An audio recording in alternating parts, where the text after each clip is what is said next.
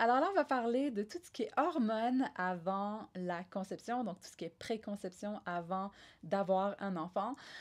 Et c'est justement le vidéo numéro 2 de tout ce qui est préconception pour justement avoir une grossesse en santé et des enfants en santé et justement la future génération. Essayer d'éliminer toutes les maladies chroniques qui sont tellement en relation avec non seulement ce qu'on fait avant de tomber enceinte, mais pendant qu'on tombe enceinte, etc. Donc là, on va parler hormones. Donc, comme je disais, c'est la partie 2 du vidéo. Si tu n'as pas vu la partie 1, va la regarder. Vous avez remarqué, j'ai un peu... j'ai enlevé mon sweater, j'avais chaud. Donc là, on va parler justement d'une des premières hormones qui est l'hormone de la thyroïde. Pour ceux qui ne savent pas, la thyroïde, c'est l'organe qui gère notre métabolisme. Et donc, en gros, et je pense que c'est de plus en plus prévalent, les problèmes thyroïdiens. Souvent, les symptômes de quand notre thyroïde commence à être un peu fatiguée, ça va être d'avoir de la fatigue, même si on a dormi assez d'heures de sommeil, si on a eu assez d'heures de sommeil. Ce qui est typique à la thyroïde, c'est d'avoir de la fatigue après l'exercice. Justement, après l'exercice, on est supposé avoir un gain d'énergie. Donc, si on a de la fatigue, ça veut souvent dire que la thyroïde commence à être fatiguée. J'ai une vidéo que je parle pas mal plus sur la thyroïde avec des études de cas, etc. Je pourrais les mettre en lien dans la description, quelque chose comme ça.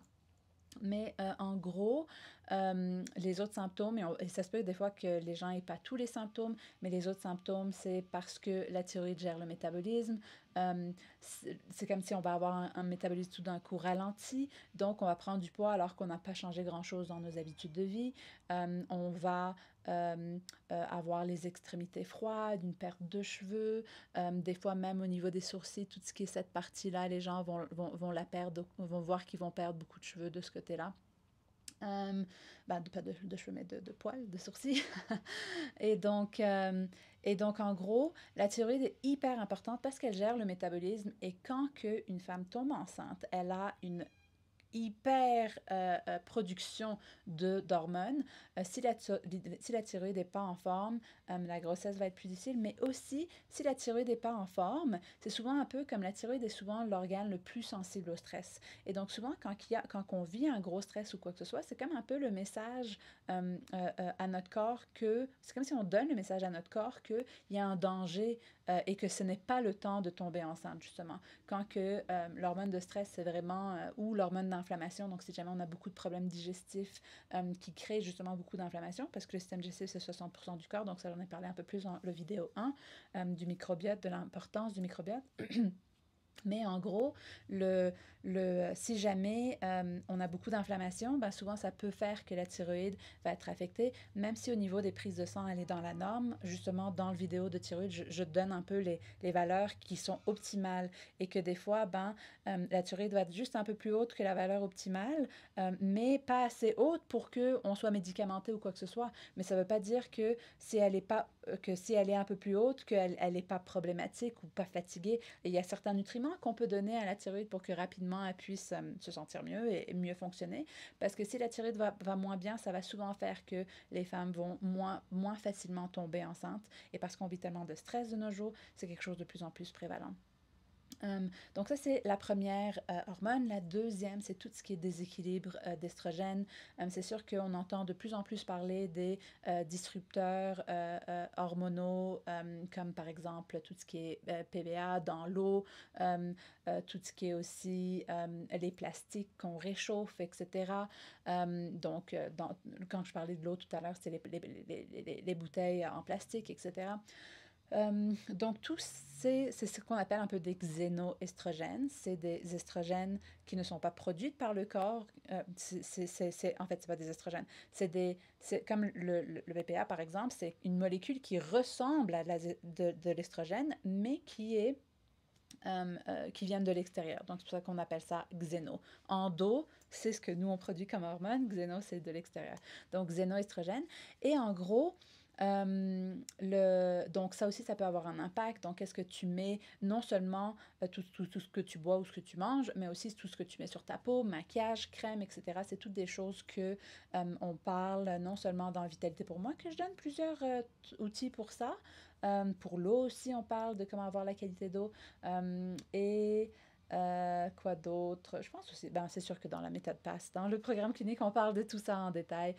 Mais en gros, un site web que j'adore, c'est ewg.org, qui est gratuit, puis qui a tellement, il analyse pas mal tous les produits cosmétiques de soins de peau, etc.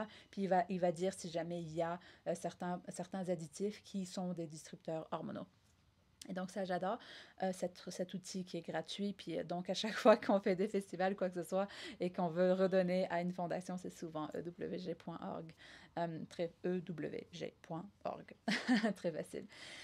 Et donc, en gros, ça, au niveau des estrogènes, il y a ça, il y a les xénoestrogènes qui peuvent déséquilibrer nos hormones féminines, mais il y a aussi, génétiquement, on peut naturellement avoir une génétique qui élimine moins bien nos estrogènes et donc qu'on ait ce qu'on appelle un peu une dominance estrogénique. Et donc, à ce moment-là, que nos estrogènes soient en excès dans notre corps, surtout par rapport à un ratio de progestérone. La progestérone, c'est justement l'hormone de grossesse, c'est elle qui monte en hyperproduction quand on tombe enceinte.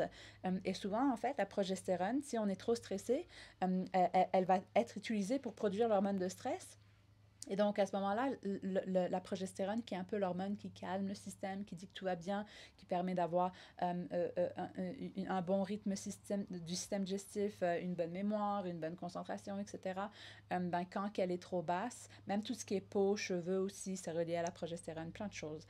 Et donc, en gros, si jamais la progestérone est trop basse à cause du stress, et en plus que génétiquement, on élimine moins bien nos estrogènes, ben là, ça fait qu'on a des gros ratios. C'est souvent ça qui va faire qu'on va avoir des menstruations très abondante ou douloureuse ou très longue.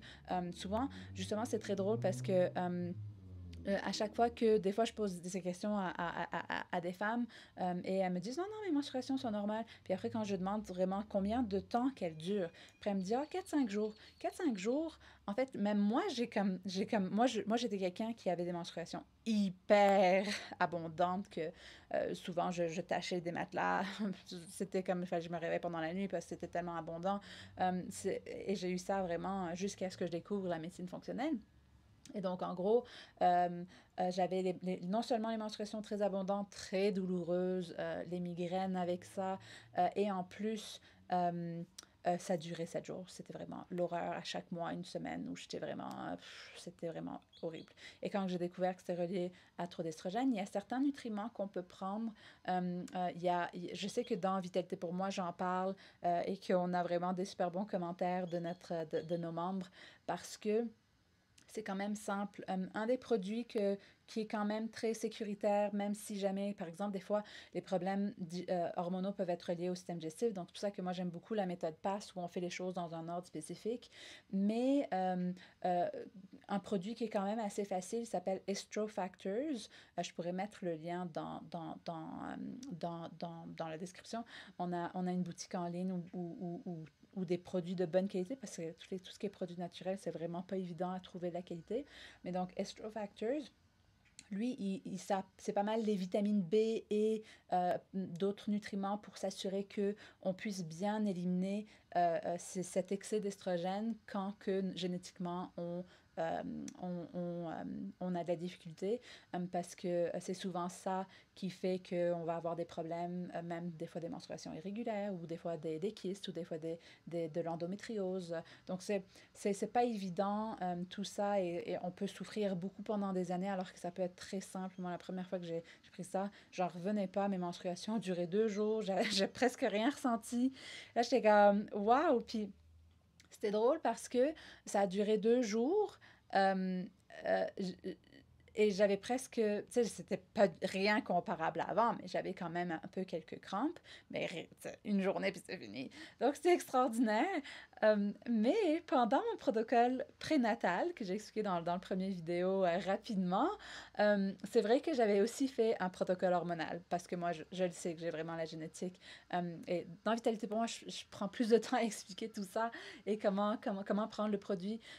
Sinon, vous pouvez prendre la posologie sur la bouteille, mais en théorie, euh, j'essaie de garder les vidéos courtes, mais en gros, des fois juste une bouteille sert et on fait comme une bouteille à chaque année pour s'assurer que l'excès soit éliminé. Donc ça va dépendre d'une personne, il y a d'une personne à l'autre, il y a certaines personnes qui vont en avoir besoin plus, comme par exemple j'avais une de nos membres qui Elle faisait beaucoup de kystes aussi au niveau mammaire et dès qu'elle arrêtait le produit, elle ressentait que les kystes, quand elle le prenait, les kystes rétrécissaient et quand elle arrêtait, elle les ressentait grandir. Donc elle le prenait sur long terme, mais elle avait probablement une triple génétique parce il y a plusieurs gènes qui sont reliés à la bioélimination des estrogènes. Et donc, en gros, si jamais vous connaissez une adolescente qui souffre, partagez-lui ce produit ou partagez-lui mes vidéos ou quoi que ce soit d'autre. Ça se peut que ça soit relié à d'autres choses comme les problèmes digestifs que j'avais dit. Il y a plusieurs causes. Justement, on a un webinaire gratuit qui parle de 7 étapes qu'il faut vérifier pour trouver la cause spécifique de chaque personne. Et en gros, c'était tellement le fun parce que je vous ai raconté un peu dans la première partie du vidéo que ça nous a pris du temps un peu pour, une fois qu'on a décidé de fermer les programmes cliniques en individuel, de la tout réorienter. Une fois que la clinicienne m'avait dit qu'elle partait, ben là, je prenne tous les clients, etc. Et après, ça a pris quelques mois pour qu'on arrive au Costa Rica parce que notre objectif, c'était de trouver où est-ce qu'on allait vivre. On voulait vivre dans un éco-village. C'est vraiment notre rêve, ou le construire ou quoi que ce soit, mais donc, en gros, en arrivant au Costa Rica, ça faisait combien de mois que j'étais sur mon protocole prénatal? J'avais commencé, disons, en novembre, décembre, janvier, février, mars, avril. Et rendu au Costa Rica, donc ça faisait 7 mois, rendu au Costa Rica, c'était la première fois que je faisais le protocole aussi longtemps. D'habitude, comme je disais, je prenais une bouteille, puis c'était fini. 1 an plus tard ou 2 ans plus tard, dès que je recommençais à avoir des symptômes, ben là, je le prenais, je refaisais une autre bouteille. Il y a différentes façons de le faire, je n'irai pas dans les détails, mais si vous faites ça, ça va être bien. Et en gros, là, je l'avais pris en continu pendant 7 mois. Et c'est pas mal des vitamines B. Donc, les vitamines B, tu peux pas avoir d'excès parce que tu urines l'excès tous les jours. Donc oui, ça va, tu vas avoir une urine plutôt jaunâtre ou fluo, ça c'est normal. C'est pas quelque chose de mauvais, ça veut pas dire que tu perds tous tes nutriments, c'est que le corps va utiliser ce qu'il a besoin puis il va éliminer le reste. Et en gros, ce qui était super intéressant, c'est qu'arrivé au Costa Rica, à un moment, donc moi j'avais changé des tampons au Divacup. Je ne sais pas si vous connaissez le Divacup, c'est vraiment juste comme un genre une petite tasse je pense que c'est en, quoi le mot, en silicone, silicone qu'on insère pour ne pas avoir non seulement le bleach, le chlorine qu'ils utilisent pour que le tampon soit blanc, le coton, etc. Plein de produits chimiques vraiment qu'il y a dans les tampons et qui n'est pas bon pour l'environnement non plus. Et donc, en gros, j'ai utilisé du Divacup, mais je n'aimais pas vraiment ça. Je trouvais ça toujours un peu confortable à changer, enlever, etc. Et en gros, donc, au Costa Rica, j'avais comme mes culottes de menstruation qui ont un peu un pad dedans.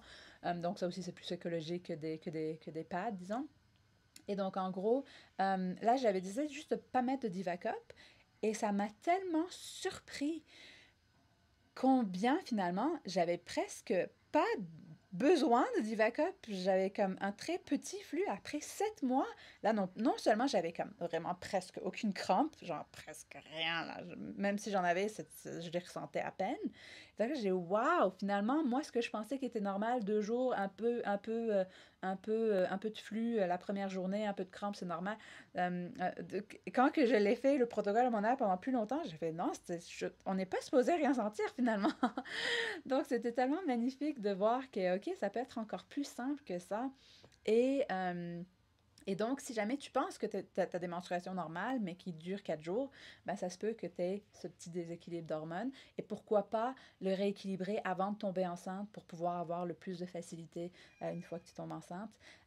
Et une autre chose aussi que je veux discuter parce que j'ai parlé un peu du produit qui permet d'éliminer cet excès d'estrogène et qui a des vitamines B. Et en fait, beaucoup des femmes qui sont... En fait, si tu es sur une pilule contraceptive, tu es en manque de vitamine B. La pilule contraceptive, non seulement que ça nous donne des estrogènes de plus, mais en plus, ça crée une déficience en vitamine B. Et les vitamines B, c'est ce qu'on appelle des vitamines hydrosolubles, donc comparé aux liposolubles, qui eux se stockent dans le gras. Les autres, ils ne se stockent pas dans le gras. Donc, il faut que tu en aies tous les jours, sinon tu urines tout ce que tu n'utilises pas à chaque jour. Donc, il faut que tu aies des vitamines B tous les jours, que oui, on peut trouver dans les légumes verts. Mais souvent, les femmes n'ont pas une assez grande quantité déjà, mais en plus, si on est sur la pilule contraceptive, ça nous fait perdre beaucoup, ça nous crée une encore plus grosse déficience, donc on en a besoin d'encore plus. Donc, déjà, le protocole prénatal avant de tomber enceinte est très très important pendant ces 3 mois de faire une méga réserve de vitamine B, surtout si on a été sur la pilule contraceptive, en plus que surtout si jamais, par exemple, tu étais sur la pilule contraceptive pour essayer de gérer tes symptômes de menstruation très abondante, ben, c'est tellement plus une meilleure idée de travailler sur la cause d'un excès d'estrogène. Comme moi, par exemple, quand j'avais essayé des moyens de contraception, j'avais tellement d'effets secondaires et en plus que ça fait juste un patching. Ça ne travaille pas sur la cause. Donc, une fois que tu l'arrêtes, tu te retrouves encore avec plein de déséquilibres ou quoi que ce soit. Alors que de l'autre façon, tu travailles sur la cause pour avoir des menstruations en santé. Et d'un autre côté, tu ne te crées pas de déficience. Et d'un autre côté, tu n'as pas tous les symptômes ou les effets secondaires que des fois on peut avoir. Moi, j'en avais vraiment beaucoup. J'étais complètement dépressive. Donc, heureusement, mon mari était très reconnaissant. Lui qui est dans la santé depuis longtemps, il savait que non, non, il peut avoir des effets secondaires, ne les prends pas. Donc, nous, on utilisait vraiment le condom comme moyen de contraception. Et il y en a en plus des biologiques, donc d'encore meilleure qualité. Même pendant des années, on n'utilisait même pas du bio. C'est juste je pense, je sais pas, quand est-ce qu'on a fait le switch, quand on en a trouvé des bio, on a fait, ah ben oui, faisons le switch. Et pendant 12 ans, on n'a pas eu de problème. Puis après, ben, quand on était prêt, ça arrivait pas mal du premier coup. Euh, donc, euh, donc, c'est efficace quand même si jamais tu sais comment les utiliser, comment le mettre, comment ne pas avoir de problème avec. Sinon, c'est pas mal efficace. Donc, si jamais une femme est sur la pilule contraceptive, ça peut impacter aussi ses hormones. Et donc, il faut souvent, de toute façon, l'arrêter 3 mois avant de vouloir procréer, juste pour pouvoir faire le plein des vitamines B. Euh, et un peu comme ce qu'on disait avant, de toute façon, il faut prendre 3 mois pour se préparer avant pour les deux. On avait parlé dans le premier vidéo, qu'est-ce qu'il faut faire pour le couple et pour le microbiote. Est-ce qu'il y avait autre chose au niveau hormonal? Je pense que c'est pas mal ça. Et je vais faire une autre vidéo, parce que je vois encore les minutes, je vais faire une autre vidéo sur les 4 phases du cycle hormonal d'une femme. Euh, et ça va être une vidéo intéressante, tu vas voir. Je parlais aussi un peu de comment c'est relié un peu au cycle lunaire. C'est super intéressant parce que les hommes, ils ont un pic d'hormones tous les matins, puis après ça redescend. C'est toujours la même chose. Mais nous, les femmes, c'est pas la même chose à tous les jours. Dépendamment de notre cycle, des 4 semaines de notre cycle, c'est différent. Puis donc, on a plutôt un cycle de 28 jours qui ressemble beaucoup au cycle de la Lune. Les hommes, c'est le cycle circadien, donc le cycle du soleil. Tous les jours, il monte, il redescend, il monte, il redescend. Alors que nous, c'est plus le cycle de la Lune. Donc, c'est super intéressant parce que j'ai appris plusieurs choses là-dessus dans la dernière année ou deux. Et je pense que tu trouverais ça super intéressant parce que ça a été comme un super indice pour savoir quand j'étais prête à tomber enceinte. Et ça se synchronisait parfaitement avec comment je me sentais aussi dans ma vie. En tout cas, je vais te faire une autre vidéo là-dessus. Je pense que tu vas beaucoup aimer ça.